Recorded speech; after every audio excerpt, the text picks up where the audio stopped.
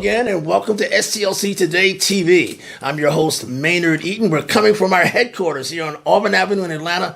Our president and CEO, Dr. Charles Steele Jr. Ladies and gentlemen, I come to you on a sad note.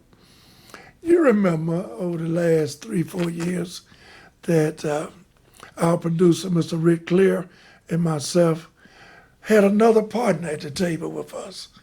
None other than a great journalist in his own right, Mr. Maynard Eaton. I had the opportunity to talk to Maynard 4 weeks ago. Most of you probably didn't know, Maynard had moved from Atlanta to Indiana, and from Indiana to Virginia, dealing with Hampton University in Hampton, Virginia.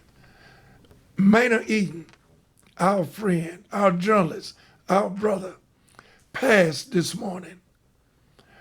We talked to him just briefly, and his lovely wife, Robin. But Maynard came to this office 4 weeks ago and looked at me, and he always called me either Mr. President or boss. He said, boss, he said, I have to let you know that I have cancer. And I said, Maynard, no, I didn't know. He said, well, I just discovered. And this was 4 weeks ago. He said, boss, I just discovered I have lung cancer. And I said, well, Maynard, you're going to be all right. We're going to pray for you. Everything going to be copacetic. We're going to overcome this. And ladies and gentlemen, I'm saddened to tell you that my good friend, Emmett Award, Television Award, Emmett of good work, the resourcefulness of Maynard Eaton, who have received many awards. And the Emmett Award is something that he cherished and something that we promoted, not just one time, but several times. And he passed. And my good friend, Reverend Dr. Gerald Durley, called me yesterday and said he talked to him. And Maynard was just talking like Maynard. But he let Reverend Durley know that he was reaching the end of his life. And I'm just letting you know that we're going to miss our good friend. He brought to Atlanta and to the nation something that we never seen in journalism. First of all, he was opinionated. Maynard didn't care who you were. He was going to tell you his opinion. And he worked with us under my leadership. I've been here right at 17 years, 17 and a half years. And Maynard worked under me for 11 years. And he was here at SCLC after I took my sabbatical. He came a year prior to my coming back.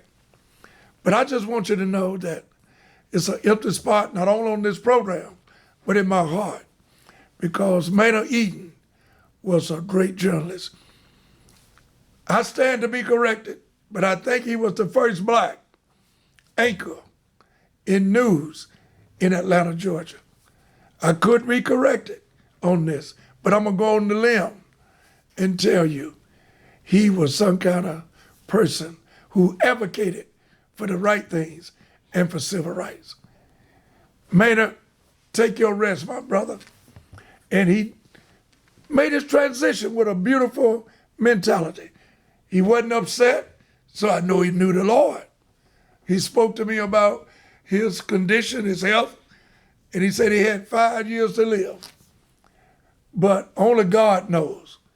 But God wanted him to come home sooner than 5 years. So our condolences, our sympathy goes out to his family. I talked to his son this morning, who's on his way from Miami, as well as his lovely wife, Robin. And ladies and gentlemen, there are going to be memorials, I think, in 2 or 3 cities.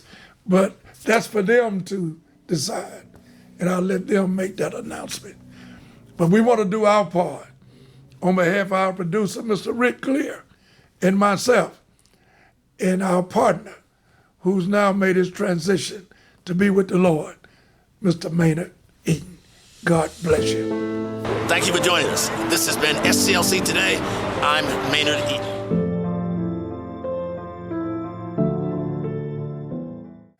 And ladies and gentlemen, again, all contributions of the historicity of Mr. Eaton, we convey again. But let me just talk about what Maynard would suggest that I talk about if he was here. We want to talk about the debt ceiling. You know, to have poverty within this country is by design. Many of our people don't understand that. You know, the wealthiest of people, in particular in politics and in business, the wealthiest of people are insensitive to the needs of people impoverished. You know, we must look to what Dr. King said, and I quote, that we must learn to live and work together. And I'm going to add, love one another, or else we will perish as fools. End of quote.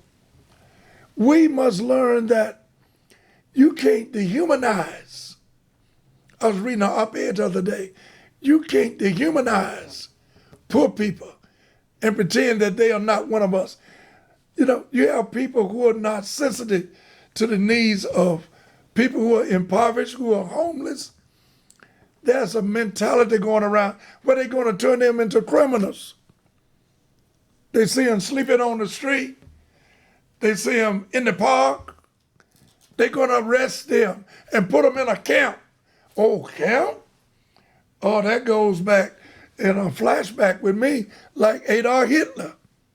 You're going to imprison the people in a camp, and when are you going to turn on the gas to exterminate them? Ladies and gentlemen, with the debt ceiling, they're talking about from people who on the other side are being concerned like we are. And I'm not saying or calling any particular label on any particular person or party or organization. I'm talking civil rights in terms of what we do. They're talking about folks who are not friendly towards civil rights or the enhancement of upward mobility for all God's children. They're talking about eliminating these programs in order for the president to be in agreement that you can expand or extend the debt ceiling. The debt ceiling, they are saying, would not be extended or expanded to any degree if you don't cut away the social programs of helping folks. Ladies and gentlemen, what has happened to the people of leadership in this country? And all I'm saying, you don't have to be on the side of this one or that one or in the middle. You need to stand up and support SCLC and other organizations who are saying that we cannot allow the debt ceiling and to have an extension and an expansion to pay the bills on poor folks. It's always being put on poor people, on poor folks. You're always using the poor to elevate and to manipulate to get what you want. And all the responsibility you're saying now is going to be cut in terms of taking care of the homelessness that we are experiencing in this country. They're sleeping all on the grounds, on the floor, eating out of garbage cans. And we're going to allow some particular high polluted, sophisticated, talking people who are in an elected position representing us. Talking about dehumanizing the human specimen of the homelessness. People must be treated with respect.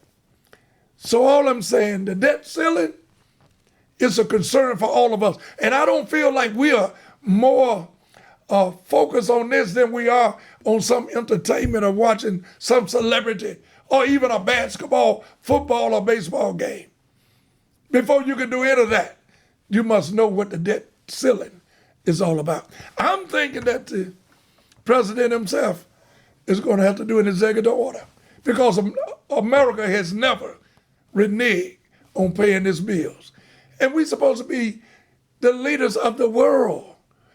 Can you imagine if we go in default on paying the bills to our military, to poor people, in terms of Medicaid, Medicare? We must speak out.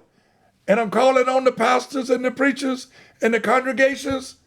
You must speak out. When we go to church this Sunday, we have to speak out. When we go to prayer meeting on Wednesday, we must speak out. When you go to the club, because everybody's not going to go to church.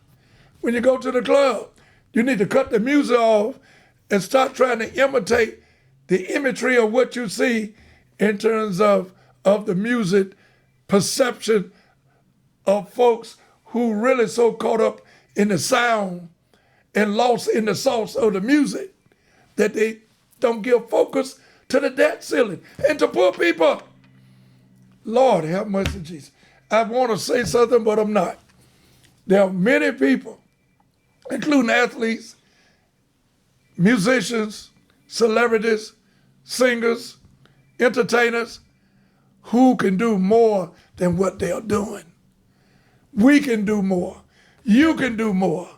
We must bring about a change in this community. When I hear that some of our folks who are wealthy spending astronomical money in terms of the entourage, they're playing the big shot, going around and flying around and hanging out and doing things that's really not morally correct in terms of our representation of who we are. And I'm talking about black, white, green, or blue, all of it. The ethnicity doesn't matter.